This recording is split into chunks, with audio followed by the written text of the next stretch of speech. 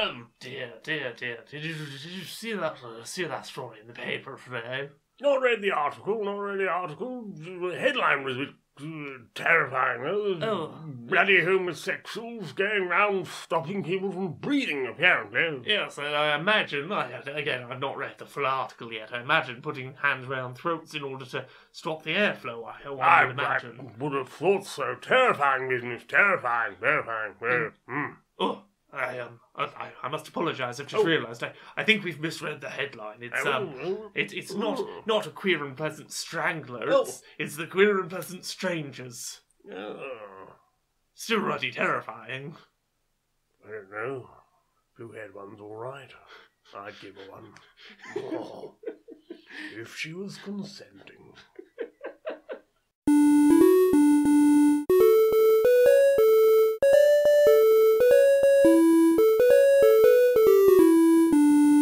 Greetings, strangers, queer and pleasant. I'm not Laura Kate Dale. And I'm not Jane Aerith Magnet. And welcome back to another episode of Queer and Pleasant Strangers, that podcast where two queer trans ladies talk about our weeks and do silly skits and all sorts of silly nonsense and things. That sounds like a good show. Let's listen to that. Yeah, let's listen to... You know what? Let's make an episode of that show now so that we can listen to it when it comes out. Sounds good. How has your week been? What did we do this week? Yeah, it was good. Yeah, it was a good weekend. We got very drunk. You got very drunk. You had some wine too. That is correct. I had some wine. I was in no way drunk and at no point drunk. I disagree, but maybe that's just my drunk brain interpreting. You got stuck in Sherry Lady's voice for about an hour. Oh, this is terribly frightful. What voice was our friend doing?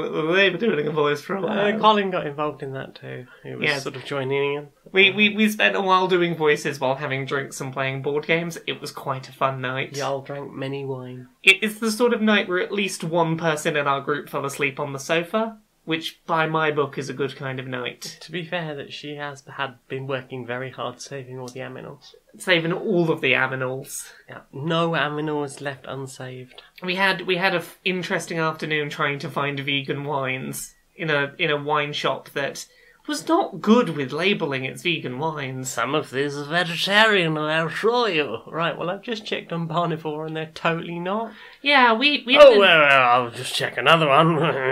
The ones that we found that turned out to be vegan were not labelled as vegetarian. No. And the ones that were labelled vegetarian were not vegan. It was an interesting experience. We found a red and a white in the end. Indeed, but... You know, why do they need to put fucking egg in wine anyway, or fish guts? Oh, not always. We just occasionally use egg as part of the clarifying process. So if you buy this bottle of wine, it might be vegan, it might not. Just take a roll of the dice. It's like vegan Russian roulette. Yes, where there is a 50-50 chance you might pull the trigger and that animal might get hurt.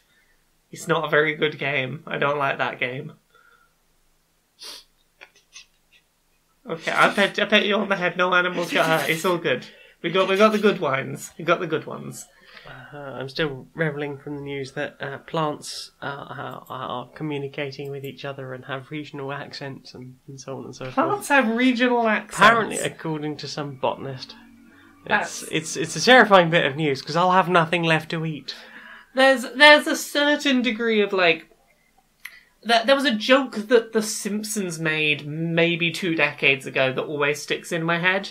And it's Lisa Simpson has a crush on a boy and he says at some point, I'm now a level 5 vegan. I don't eat anything that casts a shadow. And I'm like, that's a joke, but... Oh god, what if we learn plants have feelings? Oh no. Well, there's that weird group of alleged breatharians. I think... most of them are lying. I think probably they're all lying, but is this... I don't know if you know about these people. What is this? They claim that they survive on faith and the air that we breathe. They require no food to survive. I think that is very much a lie, and if you locked them in a sealed room, they would die. You get a lot of kids that hear about these people and they end up killing themselves by not eating. Yeah. people with body dysmorphia to start with, and then it just obviously just sort of spirals from that, and then you get these people that claim to be sort of, oh, I'm a model and a breatharian. I need no sustenance. I've not eaten for years. Everyone, food is important. Humans are animals. We require food. If you can be more ethical in your choices you make, that's great. If you can't, then don't. Please don't stop eating. No, indeed. Indeed. So it doesn't matter if you have a bit of squish. Exactly. Right, shall we talk about some things from our week? Oh, is that not what we were already doing? I think so. Should we do one of them topics, we normally do? We've hinted already at things that were played. Yeah, shall we talk about what we played this week? Let's talk about some... shall we start with board games? We can do board games. We played some more of one that we played last week. We played more of that... Clank Sunken Treasures. Clank Sunken Treasures. Definitely works with more than two people. Yes, but as usual with Clank, you have the fact that there's only 2 of each buyable item, apart from the crowns in the marketplace. So with Sunken Treasure, you have the thing where you have the scuba gear, and you can get through certain passages by having that, or risk the fact that you're going to have to use double movement to get through there.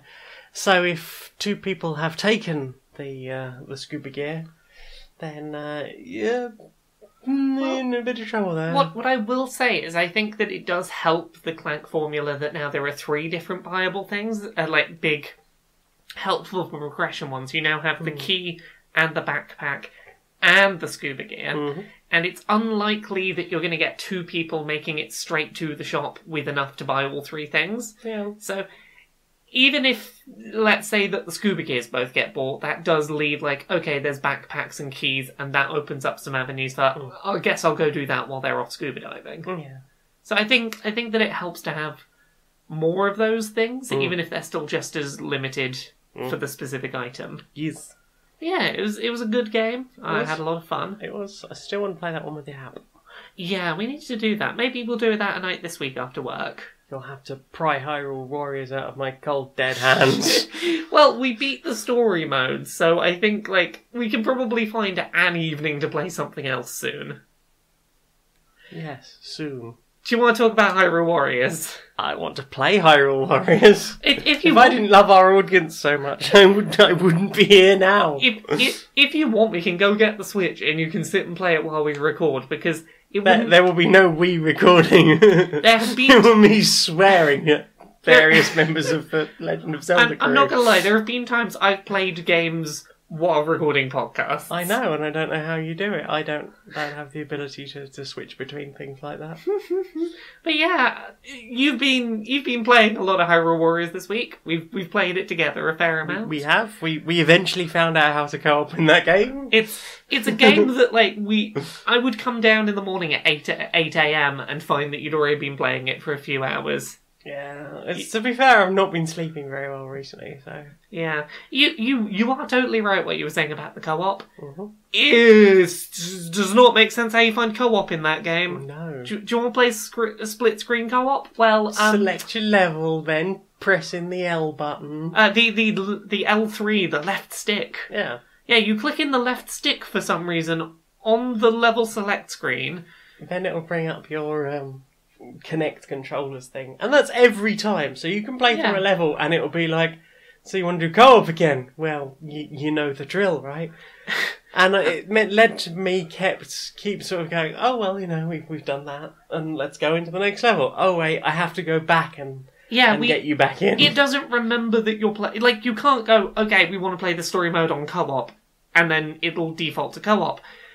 It's weird. Player 2 can't do any of the selection of, who they're going to play as, what item they're going to use. Player 1 has to do all that. And even if Player 1 has different controls, Player 2 can't change their own controls. Player 2 can't tweak their controls, so I was having to mentally switch controls. You were using the Warriors mode controls, and I was using the Zelda-style controls. Yeah, it was all a bit confusing, but... Should we talk a bit more generally about what this is for anyone who doesn't know? Okay, it's another Warriors game from Koei Tecmo. Yeah, if anyone has never played one of the Warriors games, it's sort of action combat where it's we're going to throw hundreds of troops at you, and most of them will be piss weak.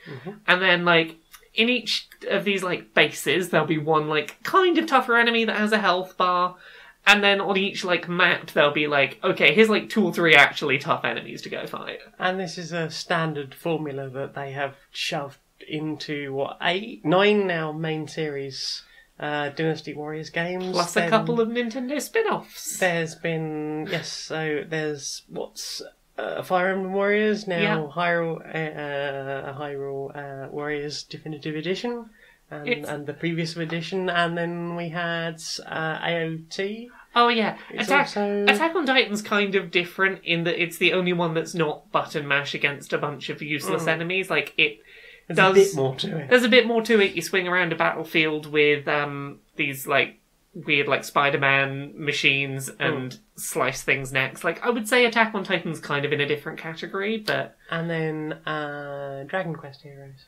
Oh yes. But, like, the big thing is basically just you play as a bunch of Zelda series characters, beat up a bunch more Zelda series characters, feel like a bit of a badass. And it's just a bit of power fantasy, isn't it? It's just sort of be Link, smack down a bunch of moblins. There's Goma, beat up Goma. Yep.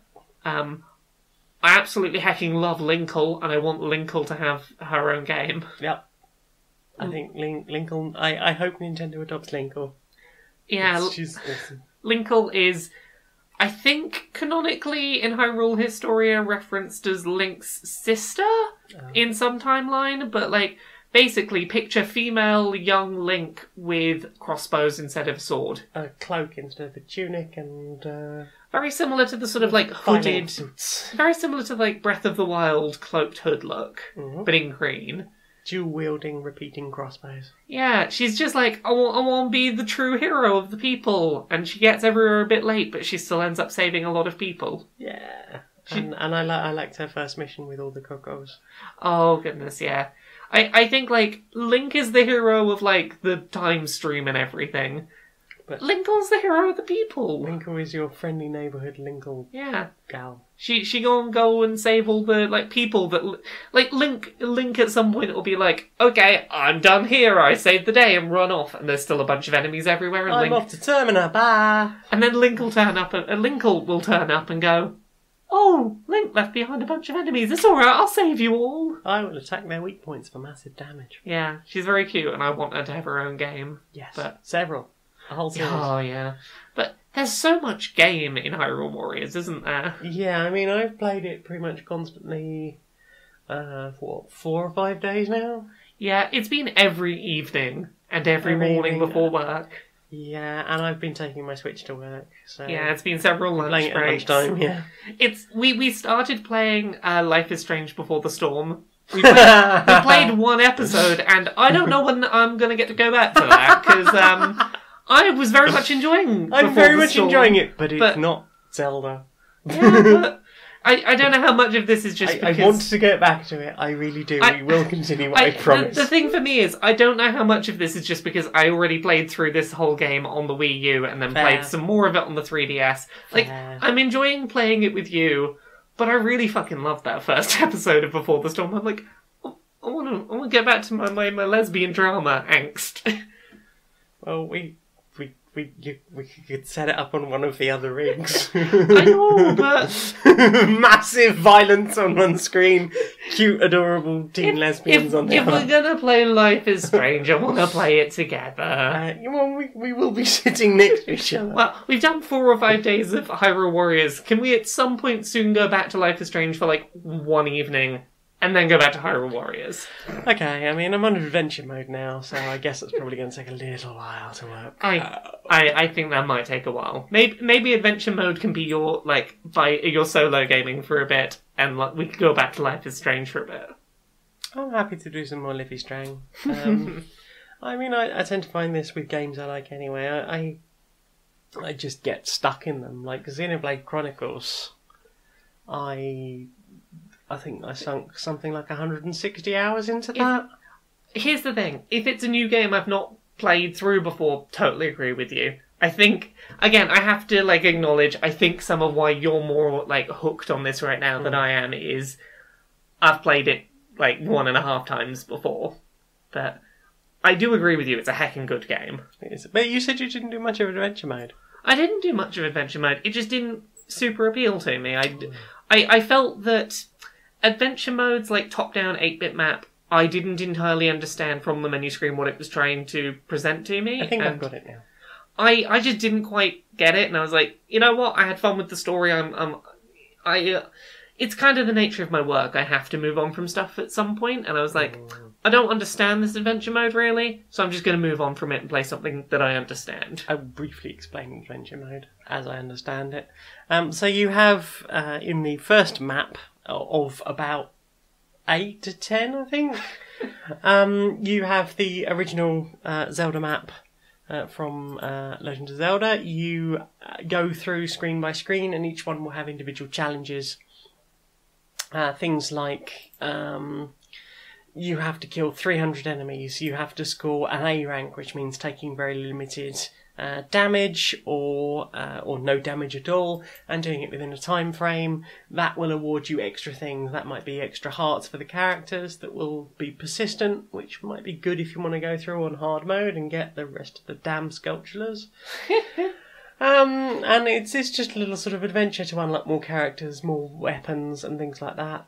So there is a butt ton of game, and like I say, I think there's about 8 of those maps to get through, and I think maybe 10% of the way through the first one. I don't know if I will bother doing all of them, but I'm enjoying what I've had so far. Now that I've sort of got the gist of it, you get compasses, and you can explore things, and it will flag up things on the map like, hey, do something to this bush and you might find a thing. So you get then a candle and you burn down the bush, and there is a flight of stairs as you would find in the original Zelda. And then you will go in and do that level, having unlocked that thing, and before you know it, you are uncovering even more cool extra stuff to take forward, be that, again, extra hearts or gold sculptures, so that you can unlock bits of illustrations to... There seems to be something in the region of about 16 different illustrations that you collect in individual squares, like one of those big sticker book collage things. It is a bit like that. It's a bit like collecting stickers. Got needs swap. But none of that, no duplicates. That helps. Yeah. Anything else you want to say about Hyrule Warriors before we move on? I fucking love Hyrule Warriors. I am always a big fan of Zelda stuff, and I was very into, I get to play as Ganondorf, I get to play as Princess Ruto, I get to play as this character, I get to play as that character. I quite liked playing as Girahim.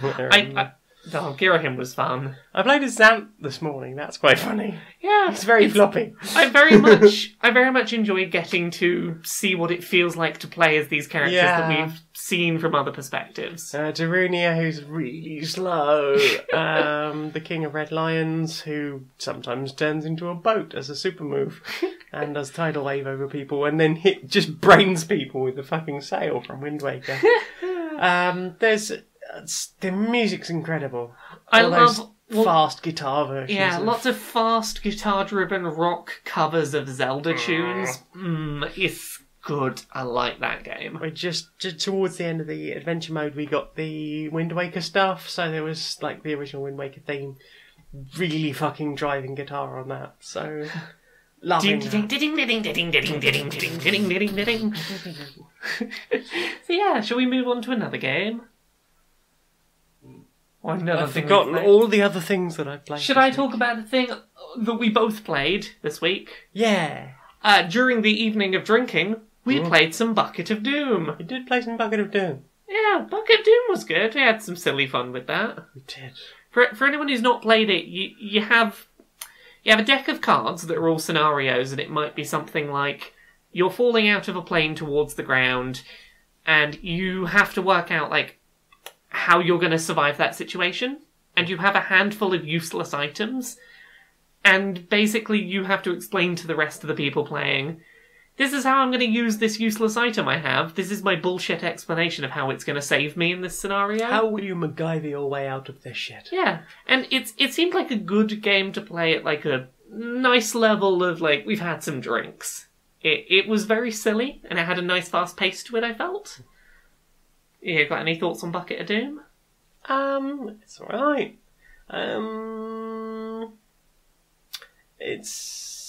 Yeah, I enjoyed it. Maybe with more people, and maybe if I wasn't nearly asleep from a very long day. And That's fair. sleeping well. No, I liked it. It's less offensive Cards Against Humanity. No one has to get hurt. I think there's two things that make it work better than Cards Against Humanity. One of them, you totally nailed. It's less just shock humour as the like, haha, I played the rude card. But I think it also works because rather than just have just the card in your hand, you've got room to explain your reasoning. So if you have a hand that's like, nothing in this is good, it's like, no. Something in that card could be good if you come up with enough bullshit. Exactly. And also you've got the fact that all those cards are two-sided, so Yes, you have a hand of 10, but you've got 20 potential options. exactly. And if you can't find one from that, you're a bit screwed. Exactly, and every turn when you pick up a new card, because it's double-sided, every turn you're getting 2 new things to play with. It feels a lot less like, oh, I don't have a funny card, therefore I'm not going to win. It's like, no, okay, if you get creative, you can make anything win. Oh.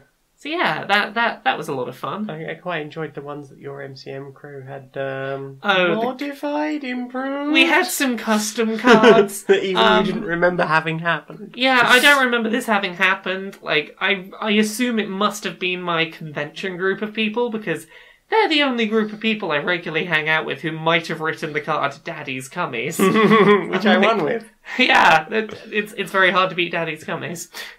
Especially if that's God. If that daddy is God. Oh god, that was an interesting explanation you gave. That was What was very it? well- How would you escape from crucifixion? Yes, crucifixion. Yeah, you're Jesus. Your dad is God, therefore Daddy's Cummies rain down to save you. And their magnificence and glory destroys everything. That was a thing. Have you played anything else this week? We played some King of Tokyo. Yeah, we I'm still not sold on that. No. So we tried playing this before in 2-player, and Yeah, that doesn't work in 2-player. in 2-player there's just not enough incentive to leave Tokyo. Nope. And we played with more people, and there was more of a back and forth of like, okay, I see why I would want to leave Tokyo. And then there was about 30 minutes of 2 people had been knocked out, and the remaining 2 people were just playing together while the other 2 Yeah. had just a nice chat. Yeah, we played some Binding of Isaac on Oh, the yeah. Switch. Yeah, that's kind of the problem with this game is if one person gets knocked out, they just have nothing to do for the rest of the game. And with a group of 4, very quickly one person was out. And I didn't realise at the time that when I knocked him out that, like, oh, he's going to have nothing to do now. Yeah. And then I felt really bad. I was like, I should have not done the winning move. I should have not played the game. Indeed, because playing the game made it less fun for the group as a whole. Yeah, I can see why there are so many second-hand copies of that on eBay. Yeah, King of Tokyo is one that I hear a lot of praise for, and I just don't quite get it. Maybe I'm missing something. Maybe I'm playing with the wrong group of people, and if I played with like a group that like really got the game, I might understand how to get it. But yeah, I'm glad I now know how it's played, but it's just not quite clicking for me. No.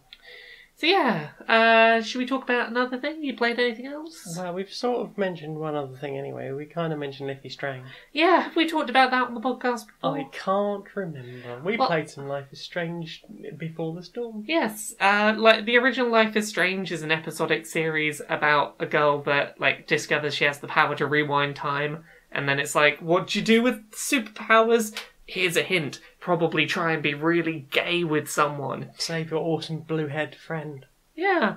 Cough, cough, girlfriend. They're pretty gay. To be fair, she has just lost her actual girlfriend. You say just. The timetable is ambiguous.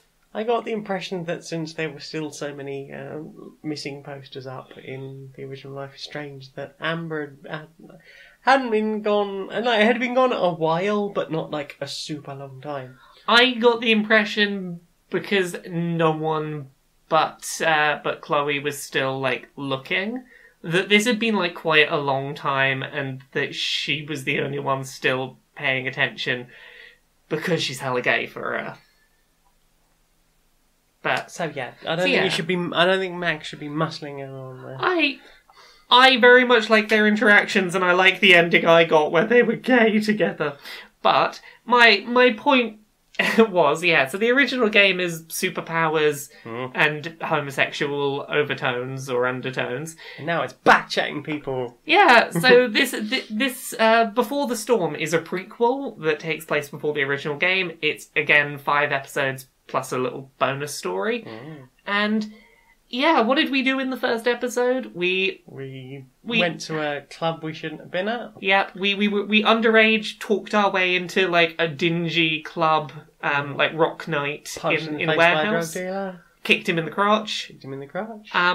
Flirted with a girl. We sat on a train with that girl we like. Yeah, watching the nature go by.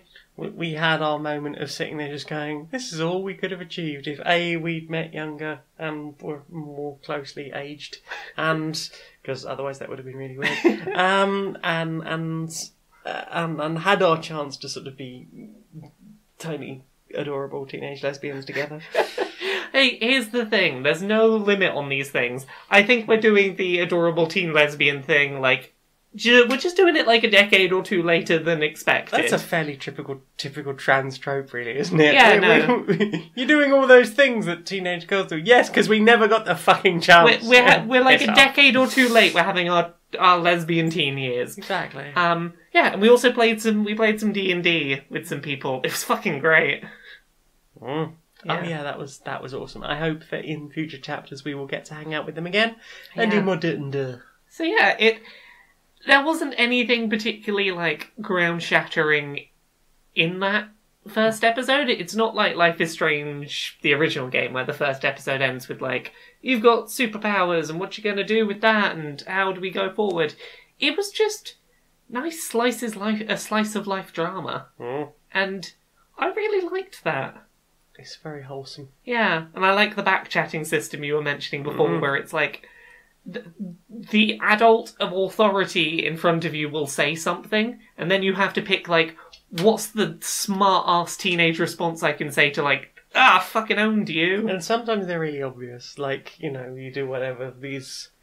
You take their words and just twist them back at them, and which was very easy on the bouncer at the very beginning. But I get the feeling that was supposed to be introductory and tutorial. Possibly, but I very much... we've done alright apart from most of those. It was a nice addition to that sort of, like, narrative choice gameplay system. I think definitely added something. Yeah.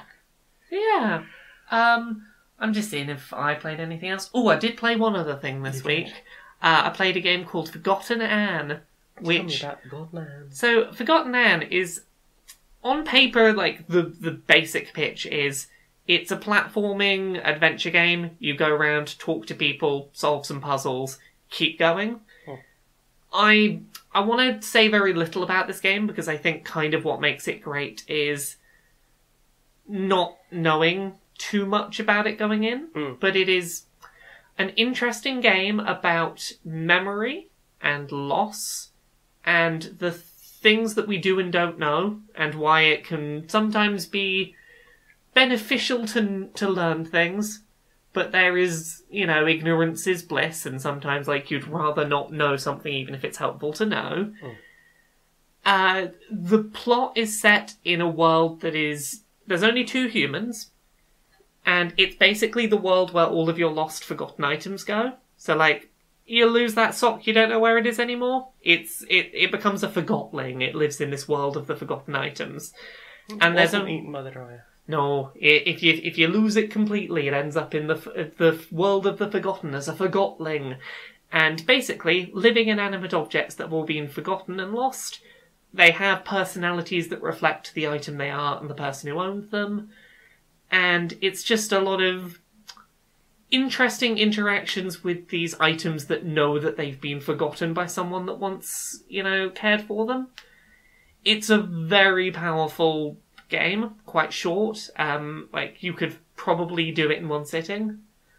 And I don't want to say too much more about it, because not knowing everything about it is a big part of why it works.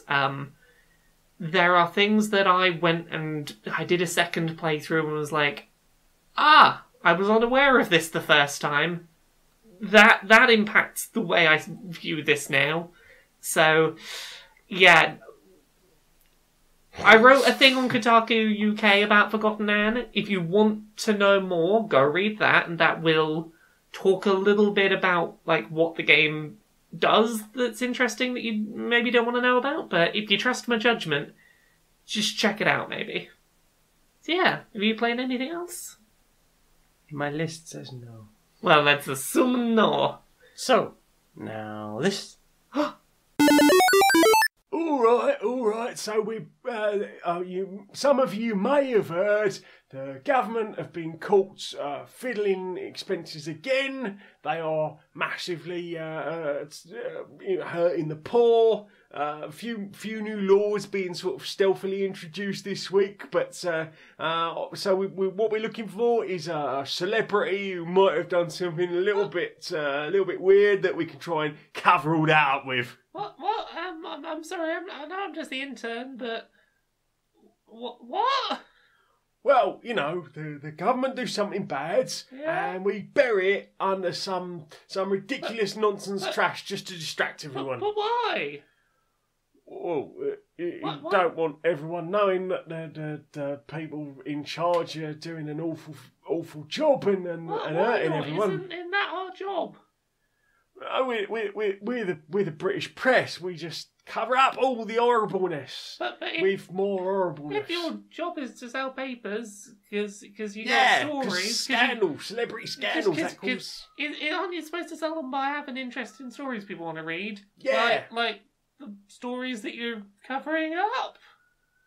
Well, they make people unhappy, but people like laughing at celebrity who was having a bad time on drugs, and we managed to take some very unflattering photos of. Well, maybe do the important news and put that at the end to cheer them up afterwards if you have to. But maybe you do the important stuff and then put the silly. Maybe. Yeah, I mean, we could have what's that stuff that we could have some of that integrity. Remember I remember when I started doing the writing stuff, we used to think about important things that mattered to people rather than just worthless toot that kept everyone distracted. That don't seem right, does it? Nah, definitely didn't happen in my lifetime. Well, I guess we'll do that then. Headline: Government absolutely awful, evil people destroying the lives of sick, disabled, all sorts, elderly, young, poor, anyone basically not over 50, white and already mega rich. I don't think these things are going to catch on. Probably not. Anyway, who's done drugs this week? Let's have them. Me? Wait, no, you meant the celebrities. Hello and welcome to the British Board of Educatory Subjects. Today we will show a new series of informational films featuring What is a Slur? Now, you might have been hearing about slurs recently in the news. You might be wondering, what is a slur and what is not a slur? Well, we're not going to give specific examples, but we're going to talk about the generalizations here. A slur is a term, derogatory in nature, which is used by oppressive groups to negatively refer to a group with less systematic power. Sometimes they are used to reinforce negative ideas about a particular group, or to reinforce that there is a power difference between the two. What is not a slur is using an accurate term to refer to a group that has systematic power, and this word is never used as a way to make them feel scared for their own safety. So, for example, cisgender is not a slur. It is a descriptive term used by a minority group towards a group with more systematic power. Indeed, and it is also helpful to remember that cis, and indeed its opposite, trans, come from the same Latin root. Indeed. Now you know. Now you know. Descriptive terms about your group, which are very, very much accurate and descriptive, are very different to a word deliberately used to cause offence and upset toward a minority group. Do not use slurs. If you're asked by a minority group not to use a slur, do not fucking use it. Indeed.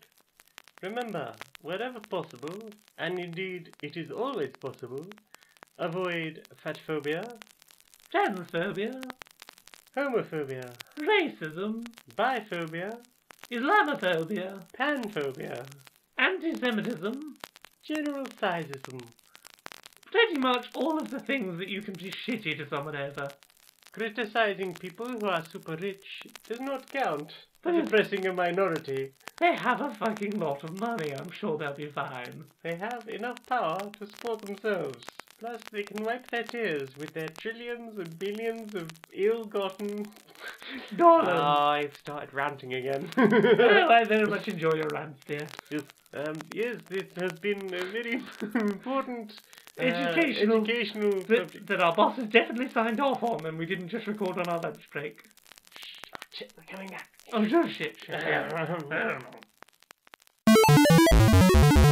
So, what have you put in your eyes this week? Ooh, well, I watched a video on YouTube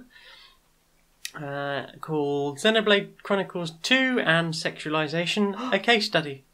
This was from that YouTuber, what seemed really woke. They seemed relatively woke. That was it was good. We sort of started watching it together because I think we were exporting last week's episode or something. Yeah. And, yeah, it's really well put together. It's quite insightful, and they bring up some of the obviously cultural issues that come with things like generally sort of JRPGs. Like, it's a complaint made of a lot of JRPGs that a lot of the female characters are overly sexualized. And it is particularly the case in Xenoblade. Like, they're of all the rare blades, all the rare unique blades, and indeed most of the female characters in that game, there are very few of them with breasts smaller than the average person's head, which is potentially uncomfortable, certainly. I mean, I've only got C-cups and I can't jog without a bra on. I mean, I can, but it'd be very uncomfortable. Either that or that awkward run crossed arms thing. Yeah, it was a very interesting case study. They brought up some of the stuff about Poppy and how creepy some of that stuff is. It is on Ludiscere, Ludiscere, their channel on YouTube, so that's definitely worth a check out. I didn't see the whole video, but what I saw was really good, and I definitely want to put the whole thing on over lunch someday this week. There is an excellent clench moment about 20 minutes in where they start talking about Gamergate and Anita Sarkeesian, and we both sat there on Sunday morning just going. There are very few times that guys talk about Gamergate and I don't just go, oh no, don't Run do away. this. And I was like, you done alright there. I know, shocker, right? So yeah, anything else, or should I talk about I think you should do one. I'll do one. What you watch? I'm going to mention one very briefly. I'm going to mention Brooklyn Nine-Nine because the stuff that happened around it. Stuff happened. Yeah, so Brooklyn Nine-Nine is a show we've been watching and enjoying for a while. We'll just put an episode on while we have dinner or something. It is a police sitcom that, while I don't always agree with the police or the things they choose to do, it is an amusing sitcom that does very well at, diversity stuff.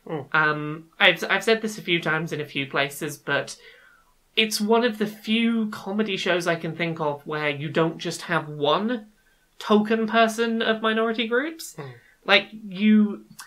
You have multiple non-white characters, multiple primary female characters, multiple non-straight characters.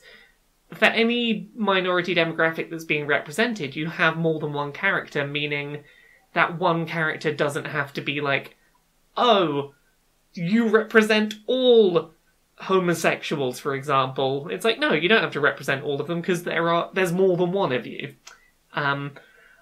I also love that, like, very much they walk the line very well of these character traits being present and canonical and routinely coming up for understandable reasons, but not being what defines the character in the rest of their interactions. Yeah, like you have the chief who is a married gay man, and he brings up his husband in the way that any character in any sitcom might mention their spouse. Yeah, like it's nice that that's not hammered in, but at the same time it does exist in a hey, this hurts no one. Like it comes up, like he will bring up the fact that he's a gay black police officer who came up in the force in like the 70s and 80s because sometimes it is relevant to the discussion. Yes. But like the primary character, Jake Peralta, that's not why he thinks the chief is badass. He thinks he's a badass because he's basically the summary of like every 80s action movie. It's like, oh, you had a really cool badass past. That's why I think you're cool. And this show's really good. It's got 5 seasons so far. Yeah. And it got cancelled by Fox. Out of nowhere. Yeah, but Fox are assholes. Yeah, they've cancelled some, like, legitimately good shows before for, like, no reason. They apparently cancelled Brooklyn Nine-Nine so they could bring back some sitcom Tim Allen thing that I've never heard of that, like, did not look great. And within, like, hours of it getting cancelled, there were, like, 3 or 4 networks that were like, don't worry, we'll have it. And it ended up, I think, NBC? I think NBC got it. I know Netflix were very interested. I think Hulu were interested. Yeah, it took less than 2 days of it being cancelled for another network to get interested, contact the people, buy the rights, and confirm, yes, we bought it. Yeah, I'd only heard about it getting cancelled the morning that I then heard out later that afternoon that it had been picked up. Yeah, Fox let go of a piece of gold right there. Well, they don't care about queer people. They really don't. They're the worst network to have had Brooklyn Nine-Nine. Well, I'm very glad that they gave it a chance to be there for 5 seasons. Yeah, it is a show that, like, it's my template for, like, okay, this is how you can do a comedy that has a diverse cast, not make it about diversity, but also not offend people that, like, are in those diverse groups. Like, they're the example. Whenever people are like, oh, we can't do comedy about anything anymore, you're not letting us have any kind of, why can't we have gay characters and trans characters in a thing and laugh? You can, just don't make them... Don't make the fact they're gay or trans the joke. Yeah, don't make the whole punchline, ha, they're different from us. Yeah, you can laugh at those characters if they do something funny, not for their very existence, because that makes you a dick. So, we watched more of that. We had, like, a day where we were like, oh, we're going to have to slow down our watching because they're not making any more, and, you know, we've got to space these remaining episodes out. Oh, not to worry. Oh, it's all good. Well, to be fair, I'm on my first view through. I imagine you've seen it a couple of times. I've seen it a few times. I'm only 2.5 seasons through, so... We're halfway through season 2. Oh, yeah, so yeah, we've got, like, multiple seasons to go. We're all good. To go, yeah. I'm well stocked for Brooklyn Nine-Nine. It's just, like, nice, easy viewing over dinner. Yeah.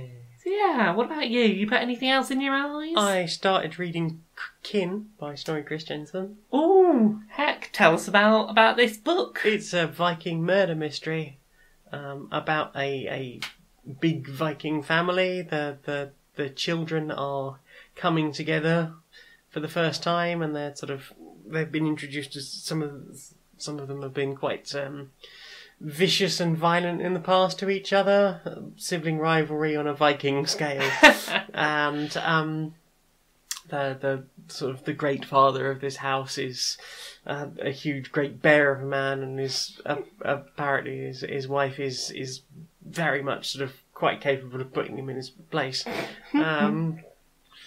And so far I'm sort of only a few pages, probably about a fifth of the way into the book, but it's still introducing characters. They're all very interesting, and I spotted a joke in there that apparently I am the first person to notice. There is a this- what does the fox say? What did the fox say? It's really done quite subtly. It's a small child is one of the a member of one of the families that sort of come together for this sort of big family reunion, and there she is sitting on the grandfather's knee. She says, "Now I'm going to tell you about the difference between foxes and wolves."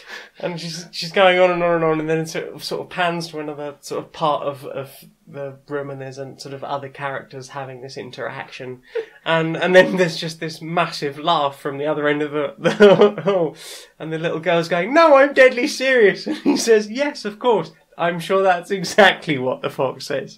I texted the author and I was like, is that what does the fox say? He's like, "Oh my god, somebody finally got it." Oh, that's beautiful. So yeah, I'm really liking that book. I liked the previous 3 books, which were also about Vikings. With a name like Snorri, I think you have to tell Viking stories. So if you like slightly cinematic Viking slaughterfests, then the Valhalla saga is pretty good. That starts with Swords of Good Men. And Kin is a slightly more sedate view of one of the side characters, who is the adopted daughter of this family. And there's gonna be a murder. A murder. So yeah, I'm really digging that. But damn you, Hyrule Warriors! See, I want to play Liffey Strang and I want to read the book, but there's Hyrule Warriors happened, and Zelda will always take precedence. Oh goodness, I'm now like, there's a bit of me that's like, the next time a mainline Zelda game comes out, we are just going to be like hardcore playing that side by side. Pretty much, yeah. It's going to be fun. We're gonna play through Skyward Sword together at some point. Yep. Because that's a one to go through. I'd like to play Adventure of Link at some point. Like, I own it, but I couldn't work out the controls on the GameCube version because I got the 25th anniversary, 21st anniversary. Yeah. CD that came with Double Dash. It came with a few things. There were a few things you can get it with. I think I got the version that came with Double Dash, and I sold my copy of Double Dash and kept the disc. No, I don't know what you mean by special edition. But I've also got the special edition Wind Waker that came with Ocarina and Ocarina Master Quest. Yes. So yes. Nice. Yes, we must play more Zeldas together. We shall indeed. Shall I talk about another thing I put in my eyes? Do it now! So I watched a thing I've not watched in years, just because I was curious how it held up, was My Chemical Romance, Life on the Murder Scene. Okay. Which was like, if you think back to the 3 Cheers for Sweet Revenge era of My Chemical Romance, this was a video documentary they did. There was a bunch of like video footage from when they were touring on 3 Cheers, and it's been a long time since I've watched that, and it's kind of like bittersweet watching it in hindsight, because it's before the band like truly blew up with like big mainstream success. Like, they were still playing a lot of local small venue shows.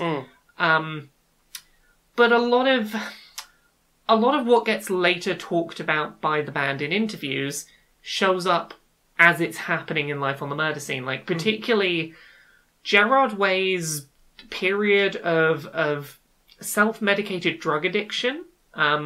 What kind of drugs were he was like heavily addicted to cocaine for a while. Like, very, very, it was tearing his life apart, cocaine addicted. And a lot of it comes down to like, he was not prepared for the pressures that like his band blowing up would cause, and he just didn't quite know how to cope with it, and he ended up having to go to rehab for a while, and he was clearly a person that was like battling depression, used his music as like a very raw outlet for that. Suddenly the music had to be things more than just his outlet, because obviously like he's got an audience, he's signed with a record label, he's got shows to do, he's got to make more music, and it's him like putting a lot of this pressure on himself to be more than he could be, and going down a very bad hole, and having to sort of dig himself out of it. And does he do imposter syndrome? Oh, big heckin' imposter syndrome. Yeah, the coke could probably help with that. Yeah. So yeah, Don't recommend it, but I can. the whole I am amazing, I can do anything, fuck it, let's do this thing. I think someone best described it to me as I feel relevant, and I'm going to talk about me for a very long time. Indeed, it can be a thing for that, and I can understand how that could be a big thing for someone that's ended up there. But it's very much like the band blowing up, him ending up having to go to rehab for a while, him coming clean, and sort of the ramp up just before the Black Parade happened. And it's really interesting to see. Like, a lot of the more, how do I put this? Less raw and more produced sound of something like the Black Parade album very much to me makes sense when you put it in the context of someone who's just come clean off of drug addiction and is now like, I'm not using this as like a raw emotional outlet, I'm slowing down, thinking things through a bit more. It's interesting. I haven't watched it in a long time, and it definitely gives some interesting context to the early years of a band that was very different when it started to when it finished. So yeah, that was the thing I've not watched in a while, and I very much enjoyed all of the just sort of like clips of small-scale My Chemical Romance shows, as someone that's very into that band. Basement gigs. Yeah, on the same note, while I was watching it, I did end up putting on while I was working a couple of afternoons. I have some bootleg DVDs of My Chemical Romance shows I went to. Don't buy bootlegs, support the artist, etc., but to be fair, I think you've spent quite enough money on MCR stuff. Yes, looks over to the left where the stack of vinyls are. Among other things. You've among been to many a lot things. of their gigs. I've been to a lot of their gigs. It wasn't like you didn't give them any money. No, I bought bootlegs. I got things that you just cannot get any other way. I bought bootlegs when like legit things didn't exist. Like the start of the Danger Days pre-show tour, when they were like trying out some of the Danger Days tracks before the album came back out. in my head. Oh, sorry. I bought an off-brand hoodie, like a fake hoodie outside that had all the like tour date names on the back. Fun story. Staying to get that hoodie, I missed the last train home from that show. Had to sleep outside a train station. Very thankful I bought the hoodie, because that was what kept me warm that night. But yeah, I just went back and watched the Hammersmith My Chemical Romance show, where they did like 3 or 4 Danger Days tracks before the album came out. And the O2 Arena show they did that was their first show there after Danger Days, I think. I think those are the 2 I've got bootlegs off. Both of them were good shows. One of them was the only time I'd ever seen that band play my favourite song of theirs, Vampires Will Never Hurt You. It was their like final encore song of the night, and I lost my shit. I had my moment of like... I'm pretty sure that was the last time I saw MCR play together. And the last song they played was my favourite of their songs that I'd never heard them play before. Well, that's a way to go out, eh? Yeah, that was a nice memory to watch that back and be like, oh yeah, they did Vampires. Heck. So, yeah, that was me watching MCR stuff. Nice. What about you? Did you put anything else in your eyes? That's all the things I've put in my eyes this week. I'll very quickly rattle one off then. The last thing I put in my eyes was I started watching some Steven Universe again from the beginning. Just a couple of episodes because of Thing. Thing was maybe next week. I think next week. Next is week, enough I of think a we're buffer. safe. But next week we will like give you warning and tell you to skip ahead a few minutes if you don't want to hear it. But we will talk about the thing that's happened the recently. Thing in Steven Universe, I'm starting to slowly rewatch it, and I'm happy to rewatch it with you as well. We'll make it maybe after Brooklyn Nine-Nine. We'll make that our dinners thing. We'll put episodes on over dinner, but I'm looking out for clues about that thing. So I've watched like 3 episodes. Not seen any yet, but I'm eagle-eyed. I hear there's some in the comic books. I hear so as well. I need to find out if this is true. Well, I mean, I've seen like photographs people have taken of the comic books of a couple of panels that sort of go, that looks like a thing. So, I mean, like, I've not read the comic books. I've heard they were more of the same, but in a repeating kind of way rather than a new additional content. I've never felt like I was missing anything out by not having consumed them. Mm. So yeah, is that a good place for us to move on to this? So, we've got some, we've had a lot of luck with Hyrule Warriors. Sure, yeah, just got the definitive edition re-release coming out this week, so I think that's going to go pretty well for people. Yeah, and we've had Fire Emblem Warriors, equally did very well. Yep. So, I have a theory on why these titles have done so well, and I'd really like to run this by you, because I think we need we need to settle down on this. So, one thing that both of those games have had in common that I think really helped them sell was we forced into them a self-insert character that was nothing to do with the franchise that we were basing the crossover on, and we made them the most important character in that world. Yeah. Like, they were gonna save the world, save the day, everyone loves them, they love the hero loves them. Yeah. And I'm pretty sure, like, forget the franchises we got from Nintendo. That's exactly why people bought in. Yeah. So, I think we double down on this. We need to create Koei Tecmo self-insert fantasy warriors. Sure, I mean, that makes sense. I mean, I think what people really want from all of these series, you know, they have their beloved characters, but what none of those franchises have previously had is a female-coded character with incredibly large breasts, jiggle physics that are quite peculiar, and that character being maybe in love with the previous protagonist. And maybe that being their entire persona. Like, indeed, yeah. Like, you split this character into two, so there's twice as many big-boobed characters to be madly, obsessively, no other traits, obsessed with the hero. Absolutely. We'll put them in a lot of skimpy outfits, a bit of lace, you know, really get that sort of Lolita style. You know, it's very popular in that sort of Japanese fashion that's going on. Why are we even connecting with Nintendo to get their properties? We should just be inserting our own nonsense. I don't know. I've been working on some ideas. I think we take more of these beloved franchise and we do more of that. So one I've been batting around is one that a lot of people are really getting into, the Captain Toad series. I think that's quite a good series. A lot of good action in there. But I suggest we just stick a large-breasted female-coded character in there that's like really into Captain Toad. And see, I'm very glad you said female-coded character there, because as we all know, Toad's genderless, canonically genderless. I'm glad that we are saying female-coded, not female. See, that's the kind of forward, what's that term the kids are using? Woke feeling?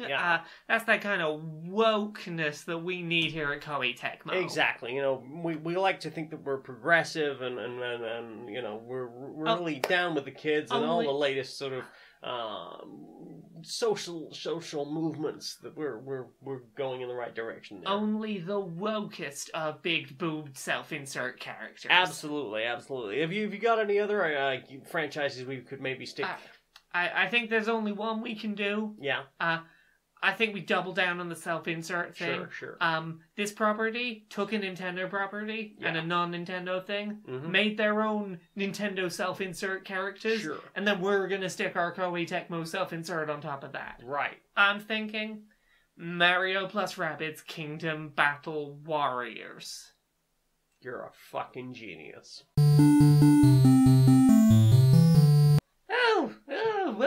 Welcome everyone. Sit down. Today it's time for another session of the Which Colours Do We Add to the Rainbow committee.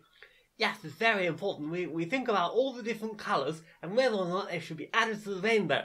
Obviously, we do get a lot of petitions for different colours to be added, so here are a few coming this week. So how does everyone feel about beige? Oh, beige feels like a terribly boring colour. Can't be doing with that. It's just not. It's not popping. It's not exciting. No. Can't be adding beige to a rainbow. Okay, that's rejected on the beige. What about gold? Gold is a very flashy, sparkly colour. Gold, quite sparkly, a bit showy, isn't it? A little bit on the ostentatious side. Yes. Yes. Not sure. No, that's rejected. Rejected. What about grey? grey. Oh, well, it's a bit drab, isn't it? You know, the rainbow's all about colour and excitement and nice things, and grey just says sort of boring business suits, very, very sort of officious and the sort of people that accept and reject things, lots of paperwork, probably very boring. Paperwork-centric. I can't be doing with that. Then, last up on the list, we have a pair of colours, black and brown. Oh, very important to the rainbow. I think we should make sure that we're adding those because we need to get more representation on the rainbow. And I think that people who are against that sort of thing probably a bit bigoted generally. Oh, indeed. Well, thank you very much for another meeting of the What Colour Should Be on the Rainbow Committee. Excellent. What have you listened to? Listened to? Well, my list of what I've been doing in the week keeps scrolling, so here we go. Scrolling. So, I've listened to very little music this week. Normally Tuesday would have been my day to listen to all the Spotify tracks, but I was working in the London office this week. It was a whole thing, so I listened to a few podcasts this week, though. So, I finally got round to listening to Pounded in the Butt by My Own Podcast. The Chuck Tingle. Indeed. So this is a podcast by Chuck Tingle, and for anyone who doesn't know Chuck Tingle, they are best known for writing I'll call it interesting erotica. They have written erotic stories like Pounded in the Butt by My Own Butt. Pounded in the Butt by my book, Pounded in the Butt by My Own Butt. Yes, it's all like Pounded in the Butt by My Billionaire Space Raptor Boyfriend. It's all very silly, light-hearted, not to be taken too seriously erotica. And he also is very well known for... He will farm out erotica very quickly about trending news stories. So, like, if someone is in the news for being, like... Pounded in the butt by North Korea giving up nukes. Yeah, exactly. Pounded in the butt by the Korean agreement not to have nuclear weapons. Things like that. And he'll turn them around in like a day from when the news happens. And basically this podcast is like every time they do an episode, it's about 45 minutes to an hour. And they will get someone that's like big in the podcasting world. The last one I listened to was Justin McElroy, I think. Oh, right. And they will get them to just read very dramatically one of Chuck Tingle's erotic stories. Yeah, well, it's not what I was expecting. I subscribed to this podcast like when it went up, and I was like, I don't know what it is, but I've got to support it because it's Chuck Tingle. And I finally listened to it, and I was like, this is just dramatic readings of weird erotica, and I'm okay with that. Haven't you dramatically read some Chuck Tingle at some point? I'm pretty sure I did. What Chuck Tingle did I dramatically read? I don't know. I'm sure it has been a thing that's happened. It must have been Pounded in the Butt by My Own Butt. Because it wouldn't have been anything else. It was the book about butts. Yeah. I'm pretty sure I did dramatic reading of at least a portion of Pounded in the Butt by My Own Butt. Such a large portion. A large portion. So that book, I'm trying to remember the plot as best I can, and I'm pretty sure it is scientists are trying to, like... clone something. Yeah, trying to do cloning butt technology. Comes to life, but it's a floating butt with a penis. Yeah, and it's sentient, and, like, the person whose butt was cloned to make the cloned butt... like, once it's like, well, you brought me into existence, at least take me for dinner, and they hit it off over dinner, and then his butt... consensual sexing... Yeah, he gets pounded in the butt by the penis of his own butt, clone butt. It's a thing. Does it have little wings as well, like little cherub wings? I believe it has little cherub wings. Yeah. So, yeah, I listened to podcasty type people reading Chuck Tingle novels while I listened to part of one while I was commuting. That was a fun, like, hee, no one knows I'm listening to smut. So yeah, what about you? What did you put in your ears? I finished listening to Red Dwarf Infinity Welcomes Careful Drivers on YouTube. How was the end of it? There's bits about it I'd kind of forgotten.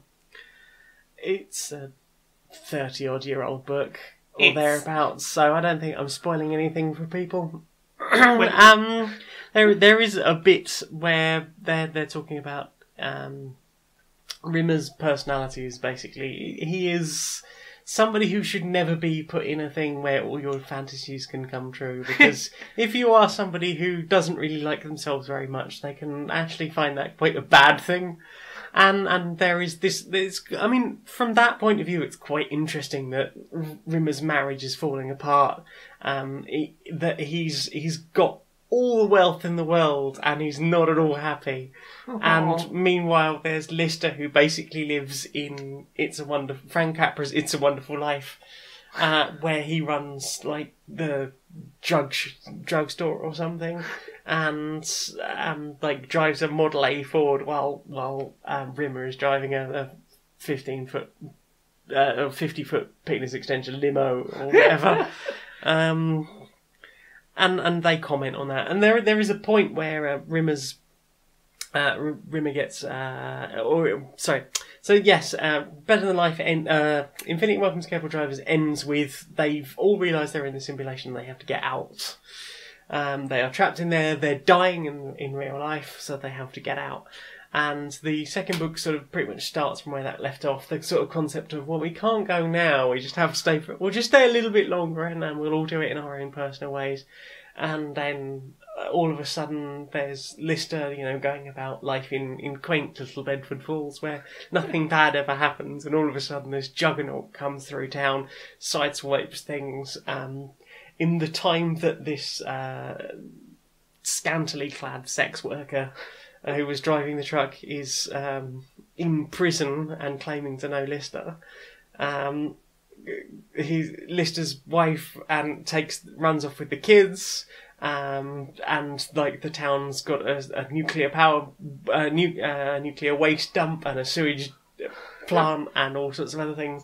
The whole place is just being infected with the nastiness of Rimmer's mind. Oh no! And it turns out that Rimmer at some point had a body, lost his body, and then was put into the body of a sex worker called Trixie LaBouche. And it's fairly typical 80s depictions of sex workers, that she's not wearing very much. And she's got a tattoo on her thigh that's like an arrow pointing up and says "this way to heaven" or something like this. Are you suggesting that the 80s were slightly less woke than today? Quite dramatically. I mean, I remember like Blackadder season 2 had that whole thing where they've got Baldric standing on a street corner with a sign saying "Get it here." Yeah. And I think there's one in. I think there is another Blackadder where they mention that ladies of negotiable affection have tattoos that say things like "Get it here." But there is quite an interesting bit in that I'd forgotten about, that was Rimmer dealing with the concept that he is currently trapped inside a woman's body. Quite literally in this case, and the fact that initially there's a scene where he's running down when they're first escaping prison, he has to run down a corridor, and he's getting used to the fact that he's got boobs, and it's very uncomfortable with not wearing a bra. He basically, after escaping from prison with the two guys that have rescued him, just treat him like absolute shit. And he gets a certain perspective on perhaps the way women are viewed. And although that doesn't make it right, I think it's an interesting concept that a man was perhaps being shown the error of their ways through that.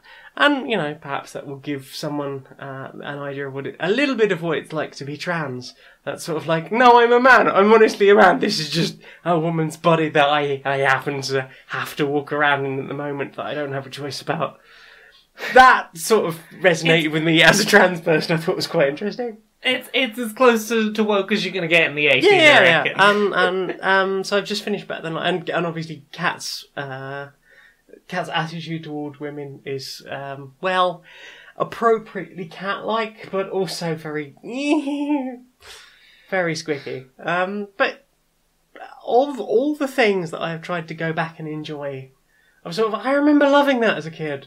Of all the things I've tried to go back and enjoy, like, Red Dwarf is probably one of the least problematic. It's definitely got problems. Yeah, but like on the scale of most to least bad. Yeah. It's on the low end. Yeah.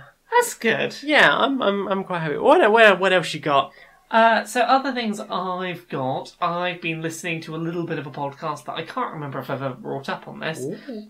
Have I ever talked about Lou Reads the Internet? I know you've talked about it to me. I don't know if you talked about it on the podcast. I don't know if I have, but I'm going to talk about it anyway because it came up again this week. So I listened to a bit of Lou Reads the Internet for you, which is a podcast where a guy called Lou... Not Lou Reed. Not Lou Reed. Well, I don't think his surname is Reed.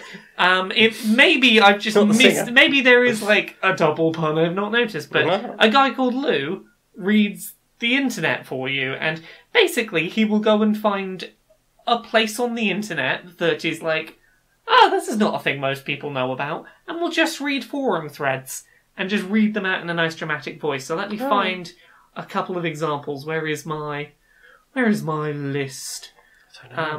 I have a list somewhere here. Ooh. So, recent things that he has talked about. A lot of times he'll read things like, he'll go on trip report websites and he'll read people's drug experiences, both good and bad. He recently read from a hiccuping forum of people that find it sexually arousing to hiccup. Is it normal forums where people ask about like, hey, this thing, is this normal? I could spend all day on something like that. Forums for a woman who promises that if you pay her, she will cast love spells on people for you, and the people that frequent her forums. The Red Pill subreddit. I know. Sexinfo101.com. Aww. People rating celebrity scabs. Conspiracy I know forums. someone who would love that site. Canadian esports reviews forums. It's all just like juggalo forums. He'll just pick a thing where it's like, not everyone has this perspective. Here's a forum. I found some interesting threads, and I'm just going to try and dramatically read them. And the show is surprisingly non-judgmental for the most part. It's usually just, here's the topic. I'm going to read it judgment-free. I may occasionally crack up into a little bit of laughter if something is written and it's like, oh, that caught me off guard a little bit. Then I'll keep going, and it's generally a pretty judgment-free reading of interesting pockets of internet. Where I'm like, didn't know that was a perspective that existed. Thank you, Lou. I mean, as long as no one's advocating Nazis, I'm generally quite interested in what other people have to say.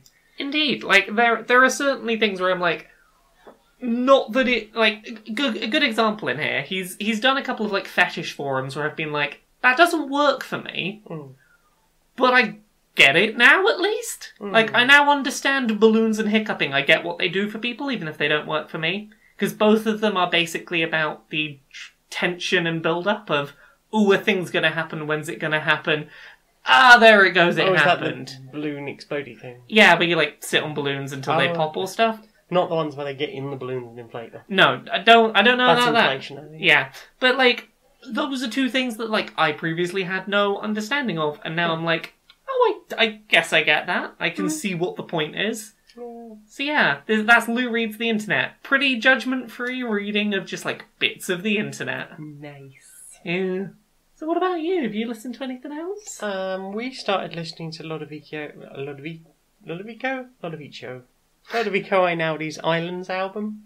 Oh yes. Yeah, bit of dilation music, something quite mellow, sort of beautiful piano moods. That's quite sort of haunting and beautiful soundscapes of basically mostly just piano stuff. But it's lovely. There's lots of it available on SoundCloud if you fancy a bit of that.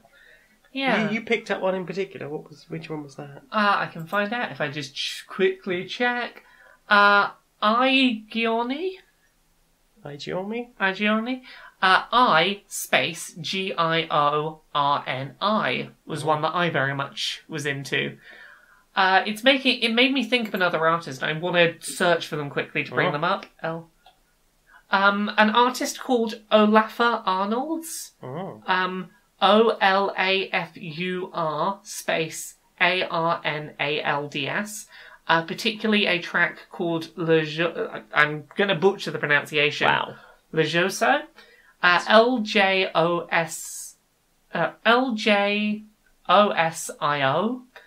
There's a lot of accents over there. There's a lot of accents over letters. I don't know my accents well enough. I know accent aigu and accent aidois. I don't know which one is which. Oh. Accent aigu maybe is one in French. Tell me in the comments if any of those were actual French accent marks. One looks like a hat. One goes to the right, one goes to the left. Those are the three primary French accents, and I don't remember which is which. What's the wiggly line above? Like a tilde above a... I don't know, because I don't think French uses it. I think it's used by other European languages. Yeah, I'm sure. Right. Anyway, let's not get into... Yeah, so that's another one that's very similarly just like very beautiful plinky plonky music. The video for that one is just some nice like splashes of coloured ink moving through water. It's very relaxing. I'll have to look that up. Yeah. So, what about you? Anything else in your ears? Yes. Where is my list? I listened to Cormac, Superhero. It's good caper music. There's been a lot of trumpet going on through my Spotify this week. I like that it's starting to recommend me things that I've already heard before. That's always a good sign. The other week when I was recording with Gavin, Miracle of Sound, he was mentioning that his Spotify was starting to recommend him his own music that he had made. I don't blame him. It makes very good music. It's like, you have nailed his taste in music, because he made it. But yes. So yes, that's good cute caper music. It's got lots of sort of quite upbeat trumpets in it, and this sort of do sort of beat behind it. That's sort of you just want to go on a caper. I need hijinks, damn it. Emmanuel Bravo, Roadhouse Jazz. Again, real nice walking beat to it. I think this is where summer is coming in, and Spotify is like, yeah, you just want to listen to something you can walk in the sun to. Okay, I got you. Roadhouse Jazz. It's got a nice walking beat, some jazz trumpet, and slightly mystical synths at a couple of points. That's quite good. Electro Swing Sessions Band, a track called Lazy Rosie. Again, really upbeat. Got a nice sort of almost disco-y funky bass. I don't know what... I think it's like slack string bass. I don't really know my musical terms. Some kind of bass. It's got a really nice disco-y style funky fat bass. And a little bit of xylophone. It's pretty chill and jazzy and nice.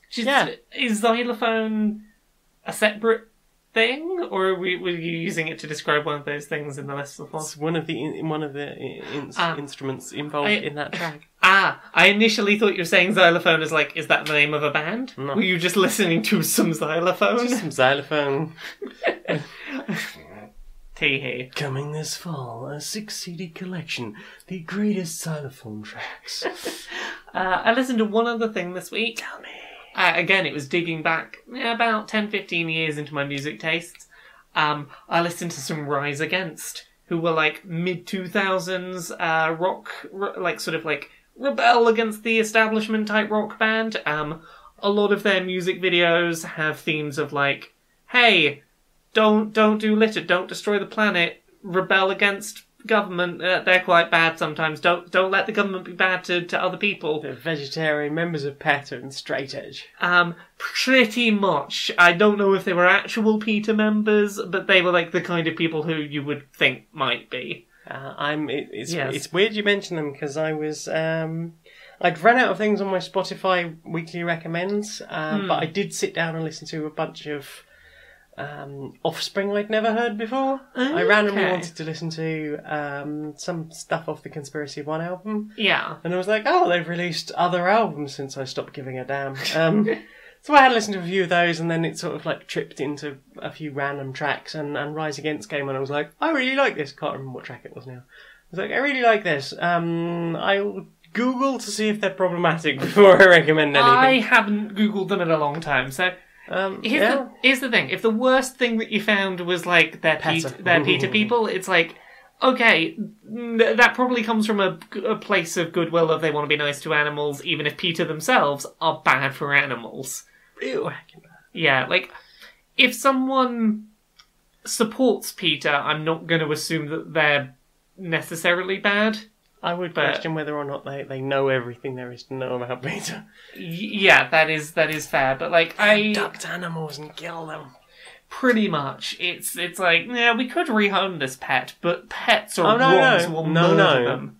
Pet ownership is slavery. Yeah, exactly. It's yes, this is someone's pet, and we've rehabilitated it, and it's better for us to kill it rather than let it be anyone's pet. Indeed, it's PETA are tricky, but yeah, I went back and listened to a bunch of They're also fatphobic and transphobic.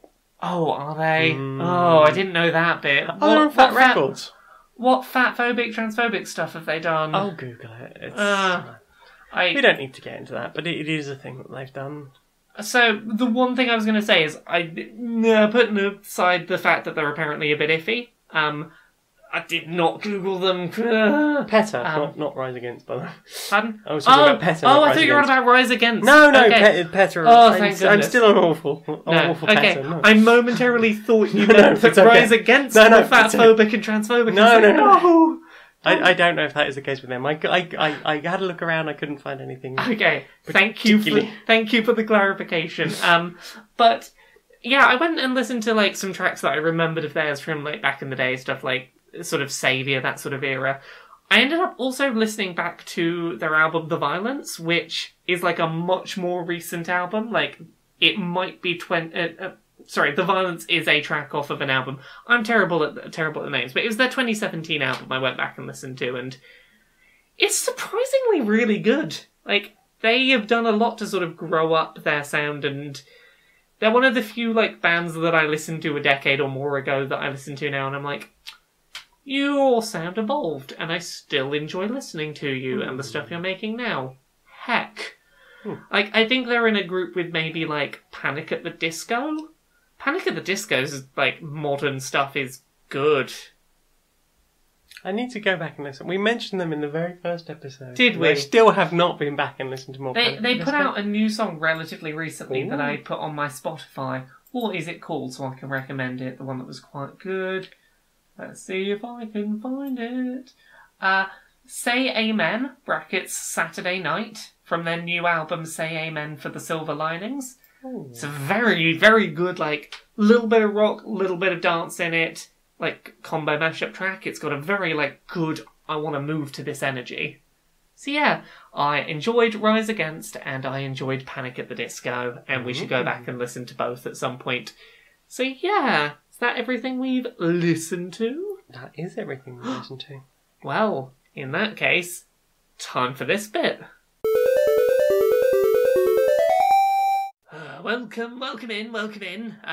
This is the property that we're talking about on the phone.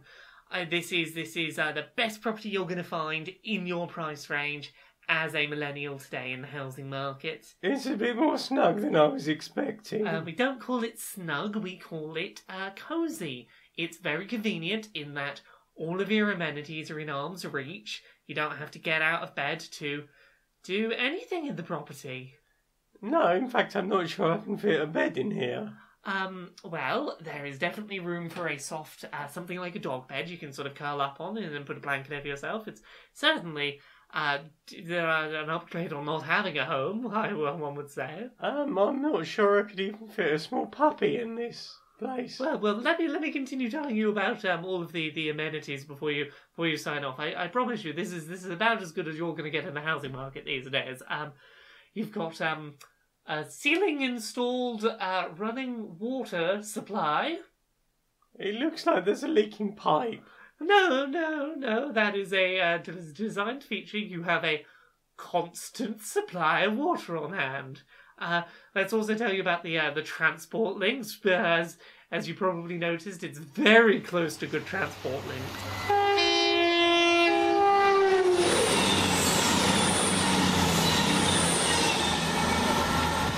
Terrifyingly so, yes. It's a mere millimeters from the nearest train. Yes, I had noticed that last time it went past. Um, In fact, I think another one might be coming through in a minute. the station's a bit further on, but the tracks are here. And then on top of that, you don't need a fridge or a freezer.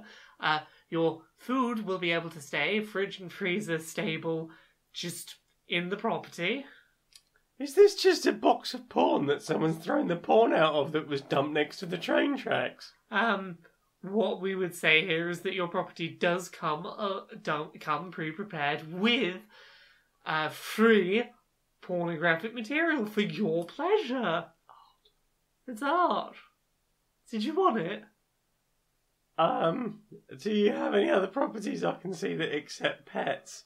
Oh, didn't know you wanted to accept pets. I've not got anything in your budget that accepts pets.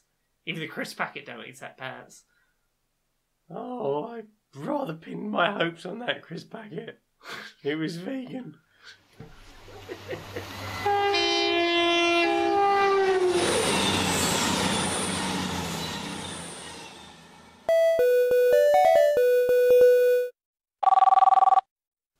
You're right, Frank.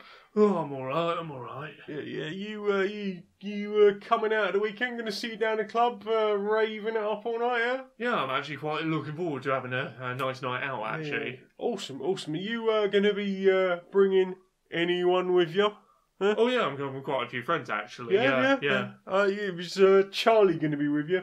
No, Charlie going to be with you? Yeah, Charlie's good, mate. I'll be there with Charlie. Yeah, Molly, you got Molly with you? Yeah, Molly's out, Any chance of Lucy turning up? Oh, yeah, Lucy's part of the group chat, yeah. Oh, awesome. That's true. How about the little ones? You heard about the little ones? Oh, yeah, everyone's coming. I'm having just a really nice chill night out. Awesome, that's brilliant. So how much will I owe you for that lot? What? For all the, all the... What? All the friends we're bringing? Yeah, I'm going out with my friends. That don't cost you money for me to hang out with my friends. Oh, you actually meant friends? Yeah, I'm going out with my friends Charlie and Lucy and Molly. What were you on about? I think I might have the wrong Frank. Do you want to answer questions? I really, really do. Then I'll go on Twitter and look at the things that I asked about earlier. Actually, I'll double check see. Oh, bless you. No, I did a tiny sneeze. Tiny sneasel. So, we have some questions this week. We do. Questions. Future Fishy on Twitter wants to know, what is your favourite overused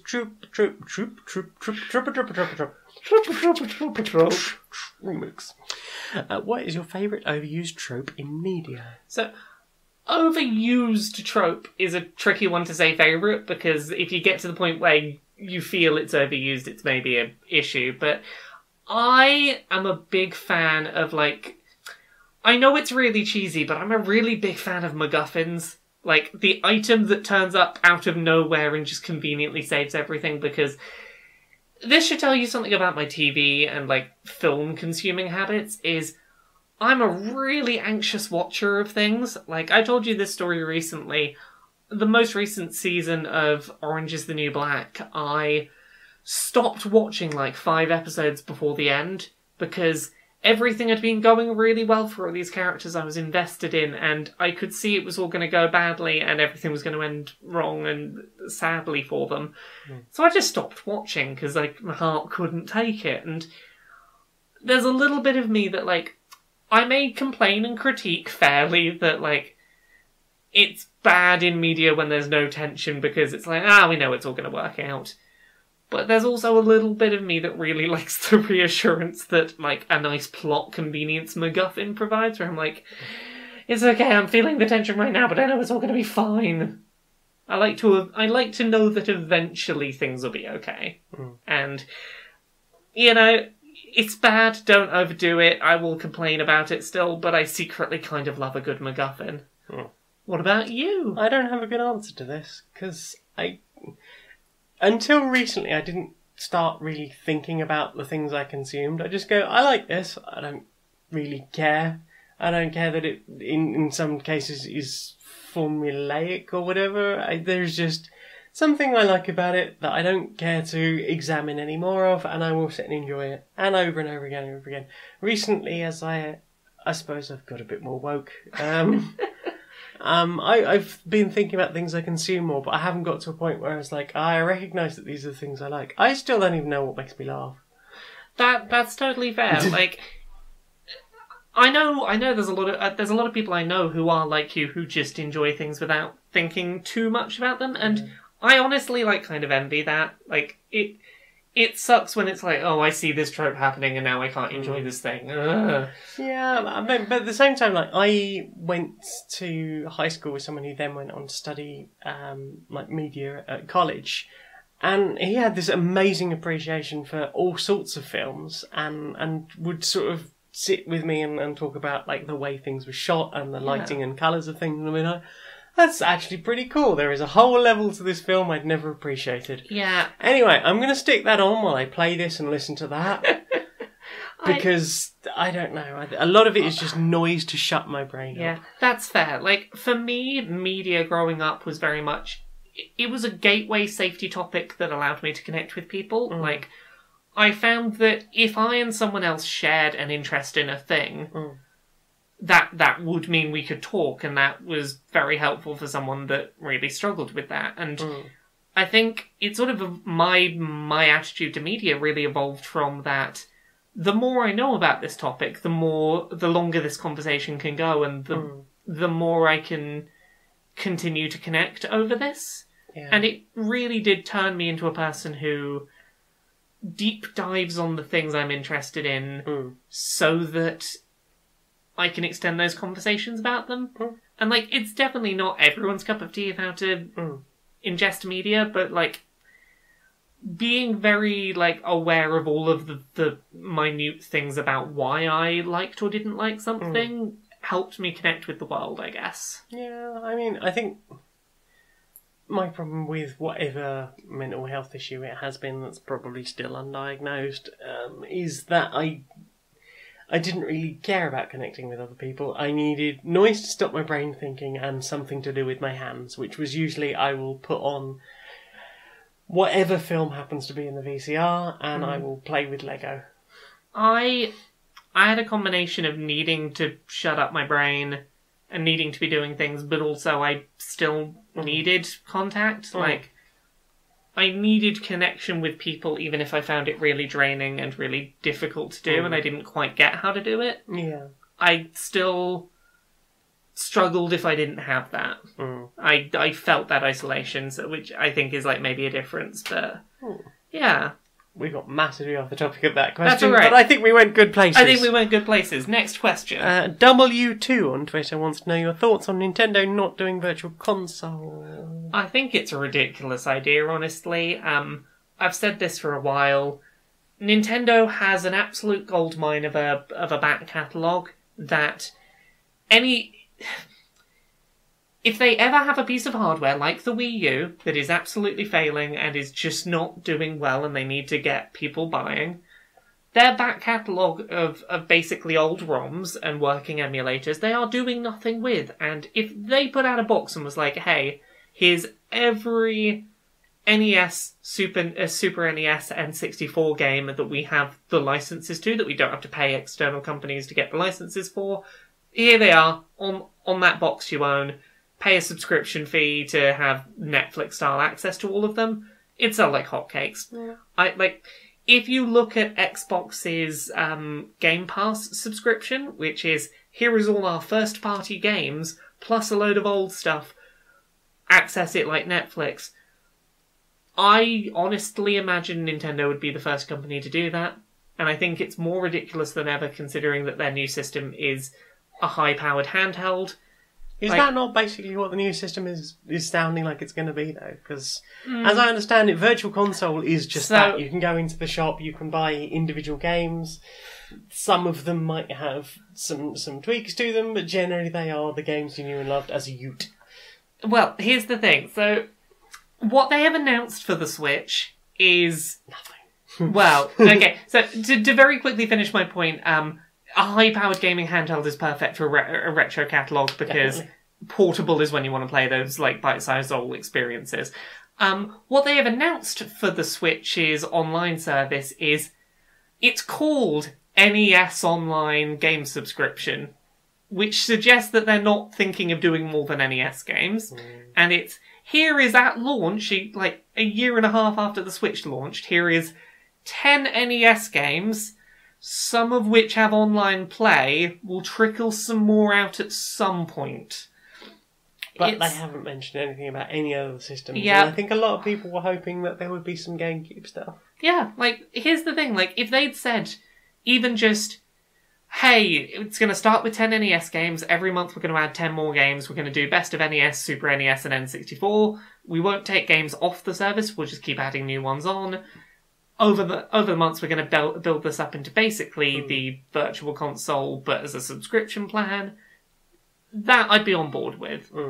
But basically, 10 NES games, no plan for when you'll get more, no plan for when there'll be additional systems. It's so ridiculous because they have so many good games at their disposal that they could be using to make money. Yeah.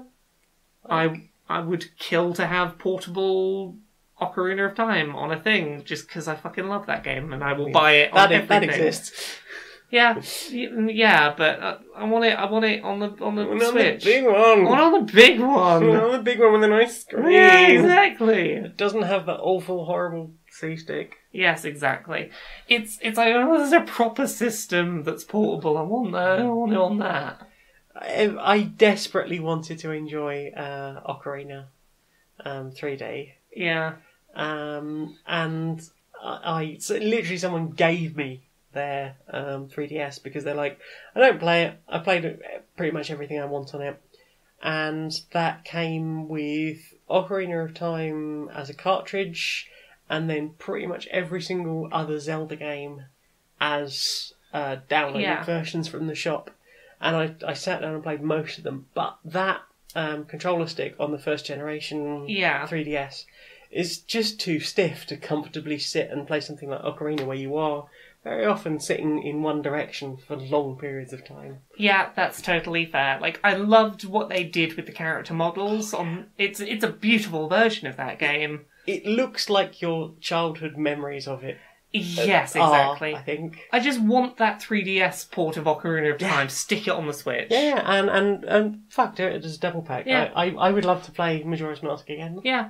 I just think it's silly that Nintendo doesn't make more use of this catalogue that costs them, like, for their first party stuff, it costs them nothing to stick in a ROM and an emulator on the store. And then how much would it cost them to basically rip off somebody else's emulator? I'm not saying that that's a good idea, but these are people that are encouraging people to pirate their software in the first place. So a little bit of give and take, perhaps. Yeah, so that's a thing. But what's our next question? Our next question comes from I hope I don't mispronounce this. Anja Betch on Facebook. Any plans to come to Denmark? Denmark is where the Lego is. It's where the Lego originated from. So I'm sure at some point we will go to Lego to Denmark to see Lego things. Proper Legoland, not Windsor. Yeah. Jane likes Lego. We should probably go to the Lego place at some point. I've actually been to Legoland Denmark. It's one of the few foreign holidays I had alone with my dad as a child. Oh, heck. We stayed in a terrifying guest house full of terrifying people. It smelled strange. There was not a single vegetable on the entire holiday.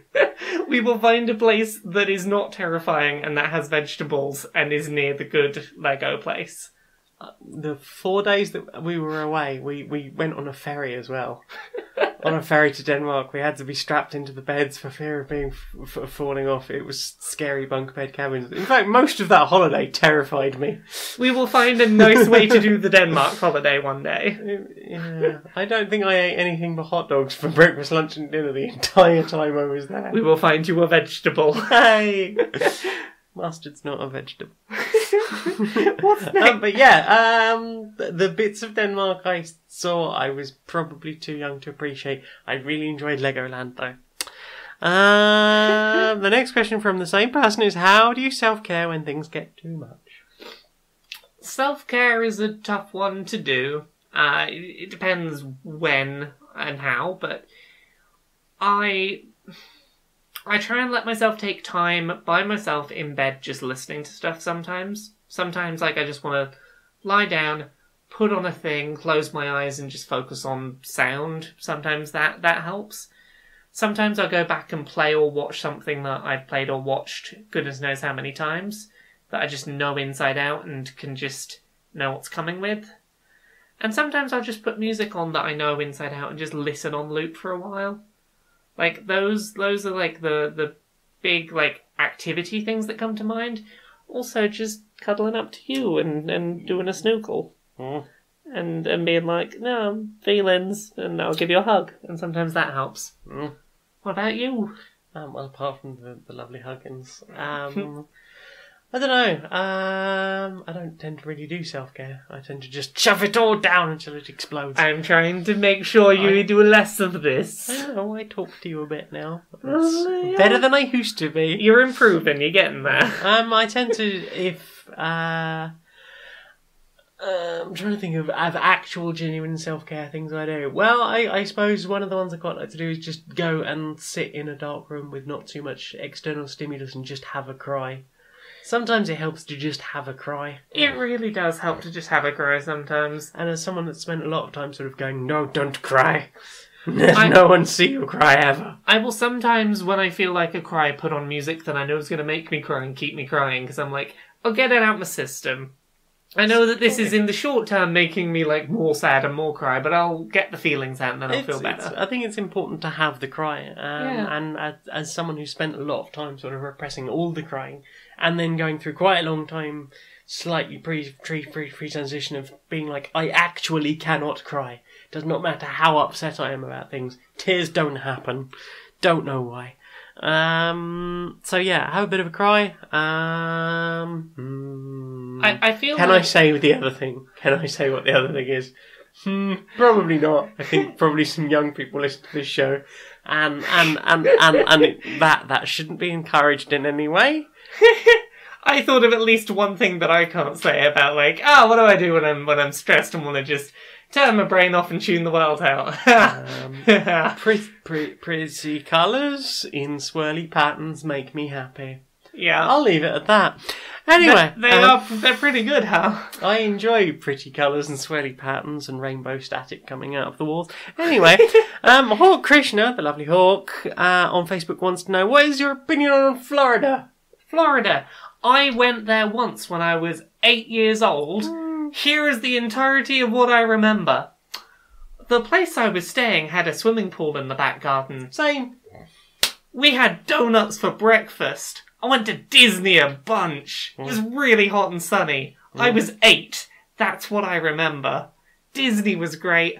Donuts for breakfast, swimming pool in the back garden. I was there for like 3 weeks. That's what I remember. I was 14, my parents were just breaking up. Well, like physically not living in the same house anymore. When I got home, I was moving in with my maternal parent and her soon-to-be husband. My dad was drinking more. Paternal parent was drinking a lot more. I think it was the first time I ever saw him cry. But yeah, we went to Florida, stayed in Kissimmee. I had waffles a lot and developed a lifelong love of waffles that has just never quite been satiated since moving back to this, or since coming back to this country. We went to a Red Lobster. That's a thing. We went to a bookshop, I remember, just off Swan Lane, which is quite near the Orlando Resort, and I bought a printed softback book guide to the original SimCity.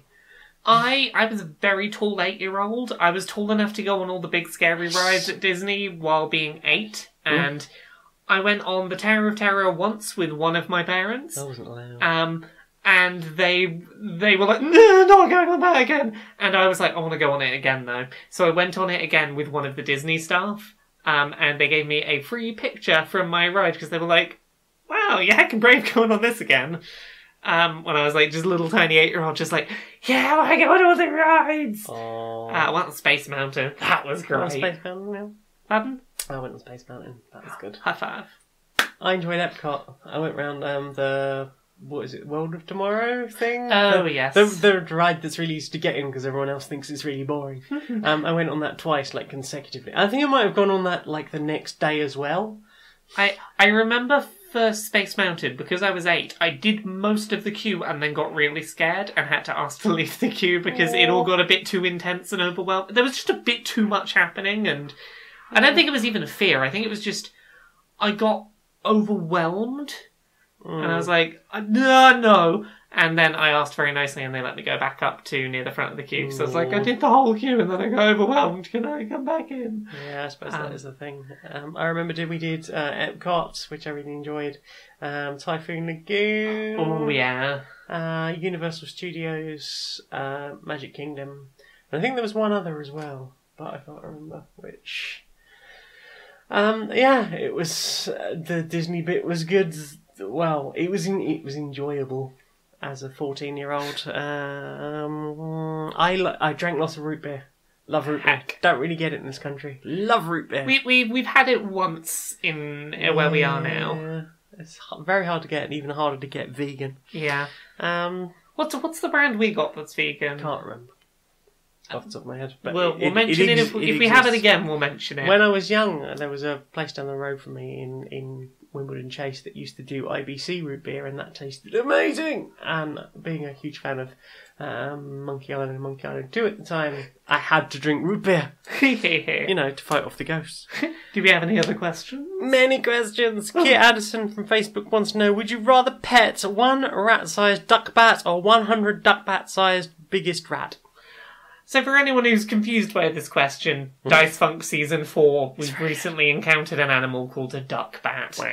I will always answer questions about one huge thing or many of the small thing with, I am more confident in my ability to take down many of a small thing than I am in my ability to take on one of the big things. The big thing might actually pose me a threat. As long as I keep on top of it, the small things are fine. I can deal with them one by one. Oh, rats are cute though. Rats are lovely. I've lived in houses with pet rats before that. They are. I've lived in houses with rats too. I don't want to fight either the duck bat. No pet. What would you pet?